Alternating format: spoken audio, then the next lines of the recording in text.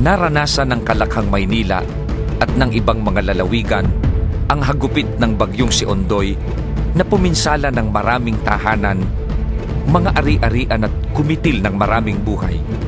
455 mm ang ibinuhos na ulan ni Ondoy sa loob ng 24 na oras. Nahigitan nito ang dami ng ulang ibinuhos ni Hurricane Katrina sa southeast coast ng Estados Unidos noong August 2005 na umabot lamang sa 250 mm. Umabot sa mahigit 20 talampakan ng baha sa ilang mga lugar sa Kalakhang, Maynila, bunga ng matinding ulang dala ni Ondoy. Lumubog ang mga kabahayan sa tubig baha. Inanod ang mga barong-barong. Naging tila rumaragas ang ilog ang mga kalye, kaya't napilitan ang mga residente na umakyat sa bubungan ng kanilang mga tahanan at mga sasakyan at do'y naghintay sila ng tulong at paghupa ng baha. Pinangangambahan ng National Disaster Coordinating Council o NDCC na aabot ng daan-daan ang bilang ng mga namatay habang papahupa ang tubig baha at nasusumpungan ng mga bangkay ng mga biktima. Idiniklara na ng gobyerno ang state of calamity sa Metro Manila at sa 25 lalawigan na matinding naapektuhan ng sakuna. Nagimbalang marami sa matinding kalamidad na ito na ngayon lamang nila naranasan.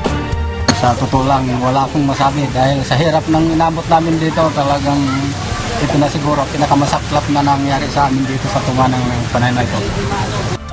Ang Iglesia ni Cristo ay hindi nag-atubili na dumamay sa mga nangangailangan ng tulong, kaanib man sa iglesia o hindi. Muling isinakatuparan ng programang Lingap sa Mamamayan upang maiabot sa mga nangangailangan ang dagliang lunas sa kanilang mga suliraning kinakaharap. Itinataguyod natin ang Lingap sa Mamamayan sapagkat isa ito sa mga aral ng ating Panginoon Diyos para mapatunayan natin ang pag-ibig natin sa Kanya, ibigin natin ang ating kapwa. Ang pag-ibig ng Iglesia ni Cristo sa kapwa ay hindi lang sa salita, kundi sa gawa, sa ganitong mga kailangang pagkakataon. Ang makikinabang dito ay hindi lang mga kapatid sa iglesia, kundi yung ating mga mahihirap na mga kababayan na dahil sa nasalanta ng bagyo ay pati na yung kanilang mga kabuhayan ay napinsala. Kaya ang iglesia ay laging tumutulong sa mga ganitong sandali na nangangailangan ang ating mga kababayan.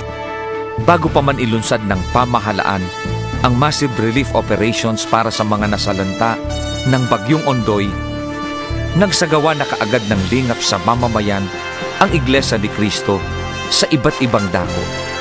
Ang totoo, hindi lamang dito sa Metro Manila nagsasagawa ng lingap ang Iglesia. Ngayong araw na ito ay 5 distrito na malalapit dito sa Rizal, sa Pampanga, sa Bulacan, sa Cavite, at maging dito sa may Nueva Ecija ay sabay-sabay ang lingap na Iglesia ni Cristo na ginagawa ngayon.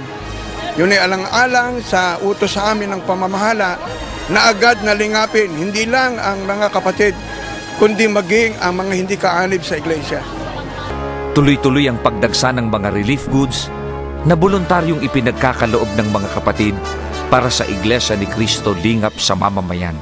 Mga relief goods po, mga kusang ipinagkaloob po ng mga kapatid natin, mga bigas po, mga canned goods. Masigla po yung ating mga kapatid at kitang-kita po namin yung kanilang pagdamay, pagtulong natin. Maraming mga kaanib sa Iglesia ni Cristo ang nag-volunteer para tumulong sa repacking at transporting ng mga relief goods. Kahit pa paano po kami po mga nasa school, nakakatulong po kami sa gantong paraan sa mga nasalanta po ng bagyo. Ang Barangay Bagong Silangan sa Quezon City ay isa sa mga lubhang na pinsala ng bagyo. Lumubog sa tubig baha at sa putik ang mga bahay. Marami ang bilang ng mga nangamatay at hindi pa matiyak ang bilang ng mga nawawala. Agad na tinungo ito ng mga kapatid upang ihatid ang dagliang lunas sa kanilang mga pangangailangan.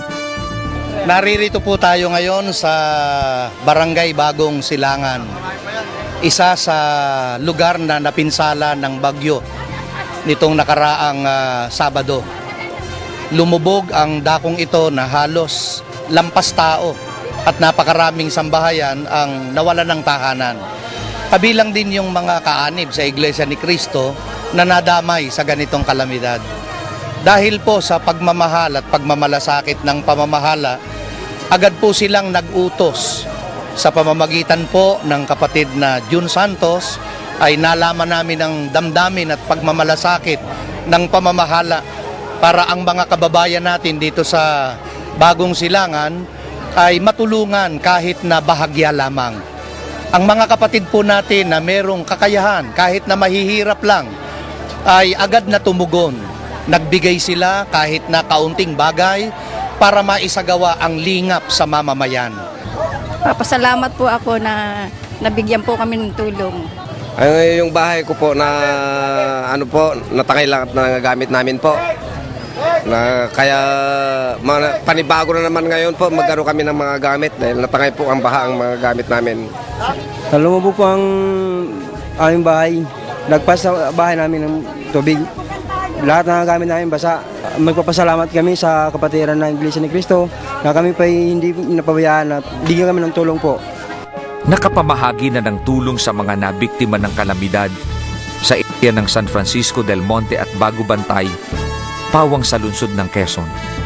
Sa kasagsagan ng pagbaha, agad din kumilos ang mga kapatid na kaanib sa SCAN International para tumulong sa rescue operations.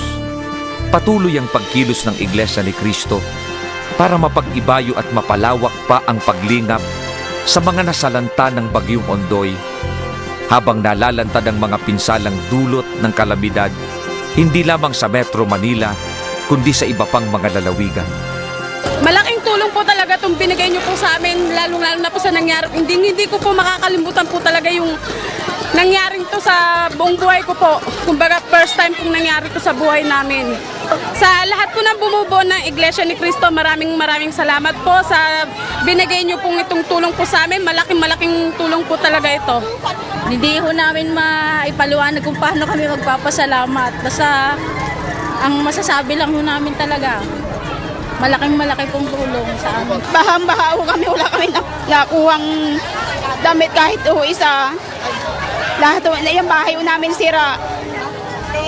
Hanggang bubong ho ang bahay namin, ang bahay. Tapos nawara ko ang bahay namin. Wala ho kami matirahan.